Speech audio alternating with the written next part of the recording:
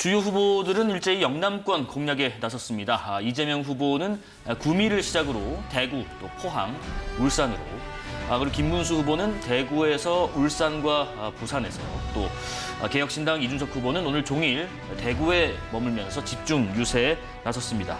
자, 먼저 이재명 후보의 구미역에서의 유세 발언과 김문수 후보의 울산 유세 발언 들어보겠습니다.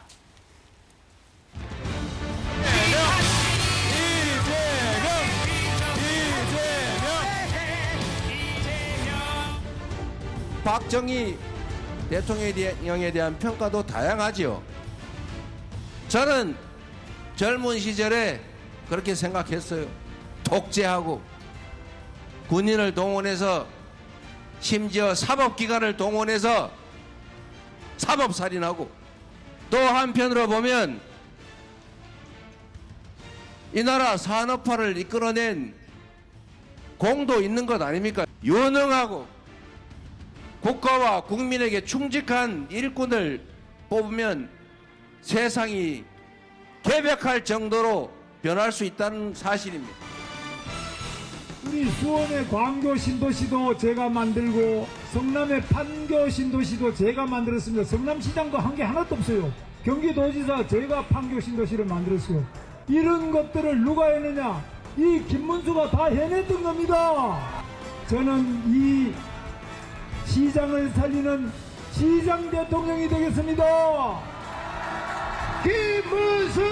네, 박성미 부대변인. 지금 이재명 후보가 선거 초반에 이 보수 텃밭, 험지로 또 분류되는 이 지역에 굉장히 공을 들이는 모습입니다.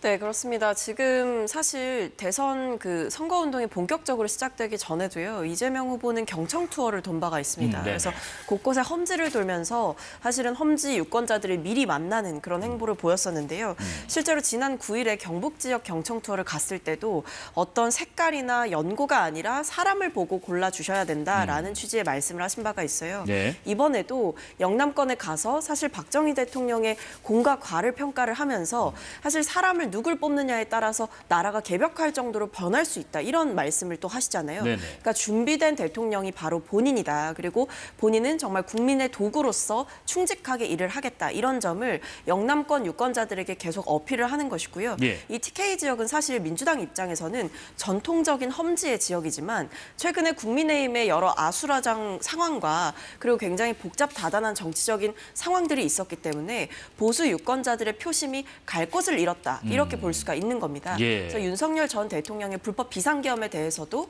TK 지역에서 반대하는 분들도 분명히 있을 거기 때문에 그런 분들까지도 꼼꼼하게 챙기는 모습을 보여주고 있는 상황입니다. 앞서 보신 것처럼 이준 대변인, 지금 이재명 후보가 박정희 전 대통령에 대해서 공과를 함께 언급했어요. 이른바 박정희 마케팅의 어필인가요?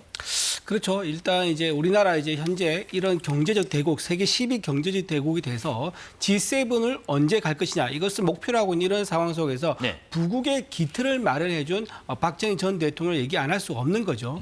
다만 저는 한 가지 아쉬운 점은 평소에는 박정희 대통령이 과오만 얘기를 쭉 해오다가 평소라는 거 이제 수년간 그렇게 얘기해왔지 않습니까? 네. 수십 년간 박정희 대통령이 과오만 얘기하고 박정희 대통령 얘기만 나오면은 이제 일본을 얘기하면서 이제 친일 선전을 좀 해왔었는데, 이렇게 선거 때만 되니까 갑자기 또 공이 있다고 하면서 공과 과를 같이 평가해야 한다면서 이렇게 갑자기 태세 전환하는 것에 대해서는 아마 국민들이 좀 어리둥절할 가능성이 좀 있다 보이고요. 지금 아무리 지금 본인이 급하다 하더라도 평소에는 극좌 언행과 행동을 했던 분이 선거 앞두고 이렇게 중도라든가 보수를 향한 이런 구애라든가 이런 뻐꾸기 날리기가 과연 얼마나 통할 수 있을지 좀 의문이긴 합니다. 김문수 후보는 앞서 보니까 본인의 경기도지사 때 이제 성과를 네. 이재명 후보가 이제 성남시장 혹은 경기지사 때 성과와 좀 비교해서 강조를 했는데, 근데 지금 보면은 이재명 후보는 김문수 후보에 대한 언급을 그렇게 많이 하는 것 같지는 않은데, 김문수 후보는 이재명 후보의 얘기를 좀 많이 하는 것 같아요.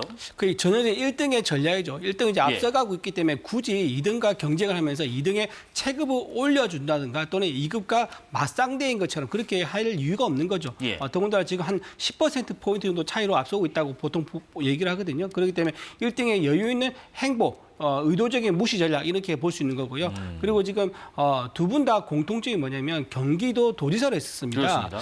근데 여기서 행적이 좀 성과가 차이가 많이 나는데 이 김문수 후보가 경기도지사 시절에는 주로 성장과 인프라 구축이었고요. 이재명 후보가 도지사 하던 시절에는 주로 분배와 무상이었습니다. 그때 당시에 했던 주요 정책을 보면은 뭐 무상 교육, 무상 산후조리원, 그다음에 이제 재난 기본소득, 그다음에 무슨 토지 배당 이런 것 등등을 얘기했었거든요. 네네. 그러니까 사실은 이재명 후보가 경기도지사 했을 때는 생산은 없이 나눠주는 거에 집중을 많이 했었죠. 하지만 이제 김문수 후보가 이렇게 자신 있게 본인의 경기도지사의 성과를 얘기한 것은 바로 이제 평택 삼성전자라든가 그다음에 파주 LG 단지, 그다음에 판교 테크노밸리 등 경기도를 첨단 산업단지로 만드는 그 8년 동안의 재임 기간에 시작과 끝을 완성했던 도지사예요.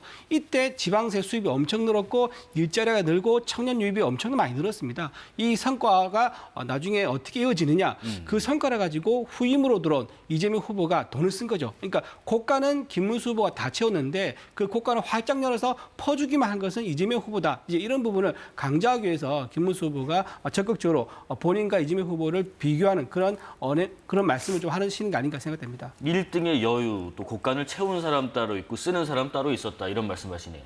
근데 그게 이제 경기도지사 예. 시절을 저는 김문수 후보가 자꾸 언급을 하면서 본인의 성과를 계속 강조하려고 하는데요. 사실 일반 유권자들 입장에서는요, 김문수 전 경기도지사를 어떻게 기억할 거냐면 소방서에 전화했던 분으로 기억을 할 겁니다. 소방서 전화하신 분. 네, 나 도지사인데 당신 이름이 뭐냐라고 계속 얘기하면서 소방서에서 계속 용건이 뭐냐라고 하는데 계속 나 도지사인데 당신 이름이 뭐냐라고 얘기했던, 어떻게 보면 이제 국민들 입장에서는 권력자가 갑질을 했다 이렇게 느낄 수 있는 대목이었거든요. 그런 짤들이 오히려 저는 더 회자가 될 것이다라는 생각이 들고, 김문수 후보 측에서 경기도지사 때 마치 이재명 후보 같은 경우에는 아무런 성과가 없었던 것처럼 이야기를 하지만 네. 사실 경기도민들은 모두가 기억을 하십니다. 그때 깨끗한 자연을 도민들의 품으로 돌려드리겠다라고 하면서 이 하천 계곡에 대한 정비 사업을 했었고, 그때 어떤 추진력이라든지 대화 능력 이런 것들이 상당히 온라인상에서 화제가 되기도 했었고요. 지역 카페 사업이라든지 아니면 전 도민 재난지원금, 코로나 상황 속에서 도지사로서 보여줬던 어떤 정책적인 추진 능력, 네. 이런 것들을 저는 도지사를 하면서 이재명 후보가 훨씬 월등하게 입증을 받은 바가 있다라는 생각이 들어서 오히려 지금 상황에서 김문수 후보가 해야 할 일은 이재명 후보를 계속 공격하는 방식이 아니라 국민의힘이 어떻게 황골탈퇴할 것이냐, 이 부분에 좀 더 초점을 맞춰야 되는 게 아닌가 생각이 듭니다. 네. 아까